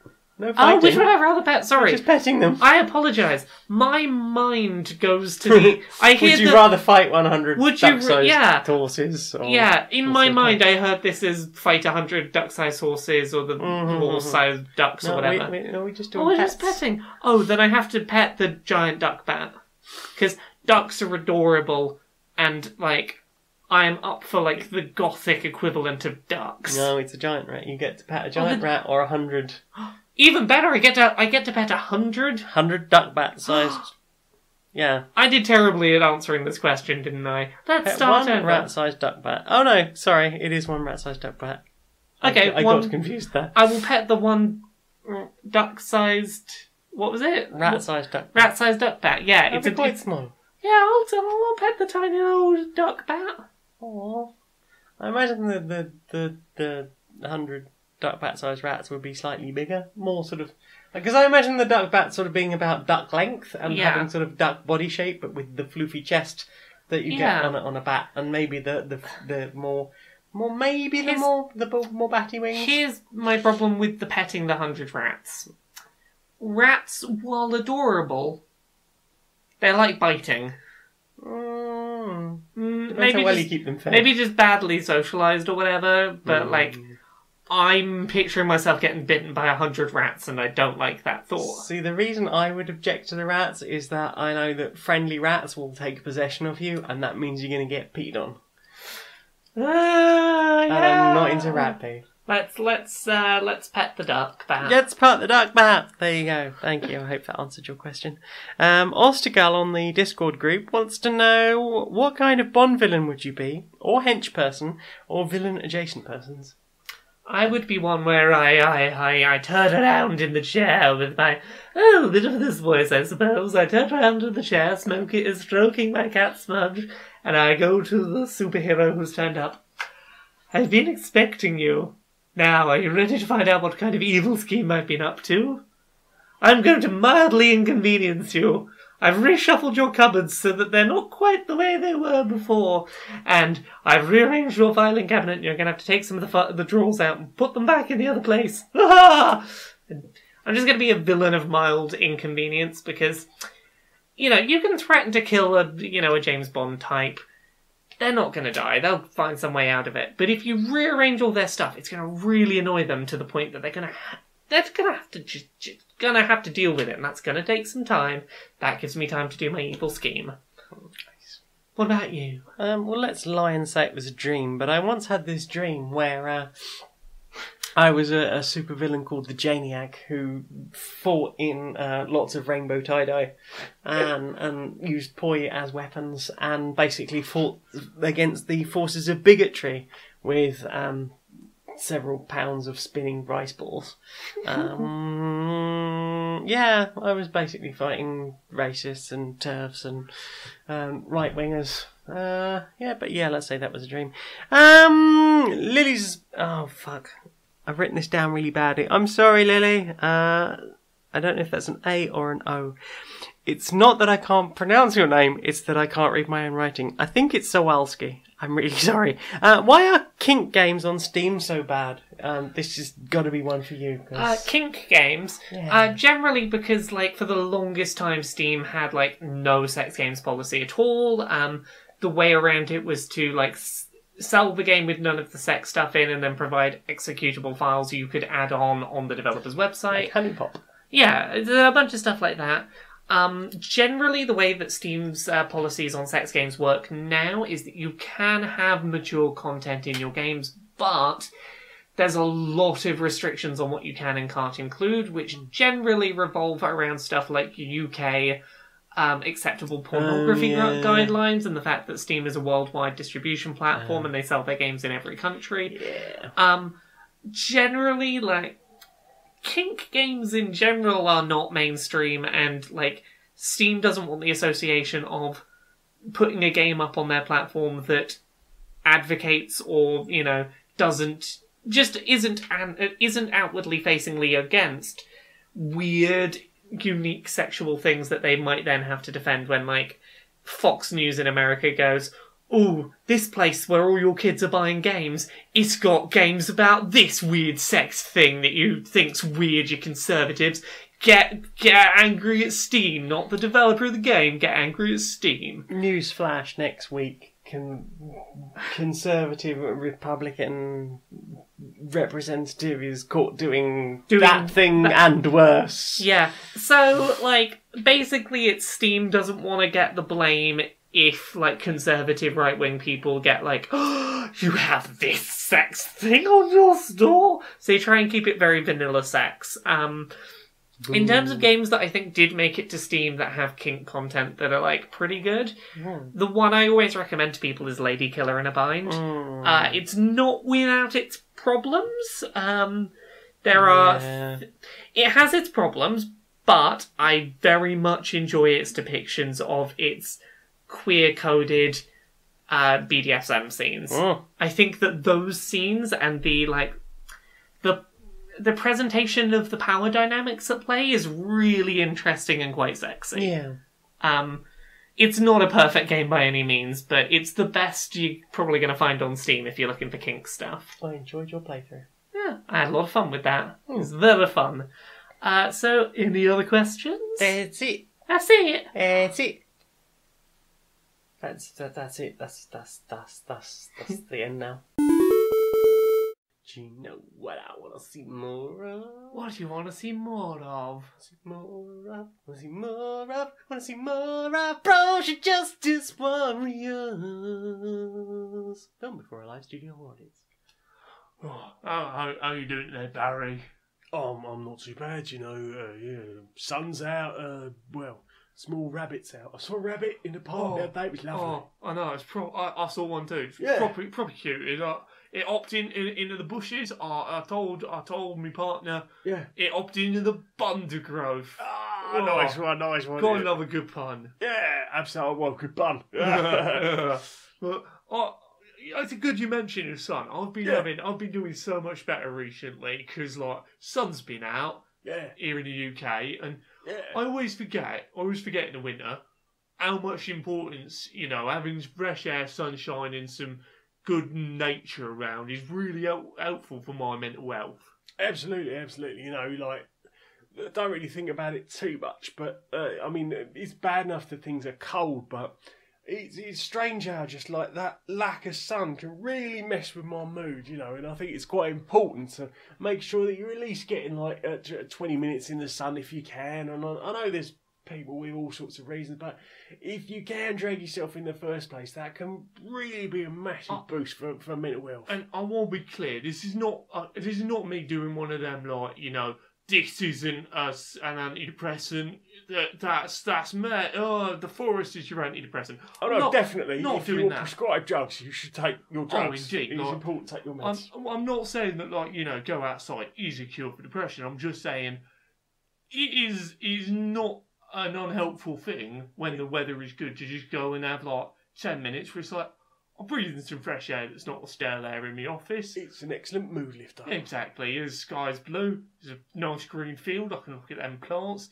It just recharges me a bit. Absolutely. I know there's the stuff on paper like vitamin D from the sun and stuff. D. I like getting that D. I like the D, yeah.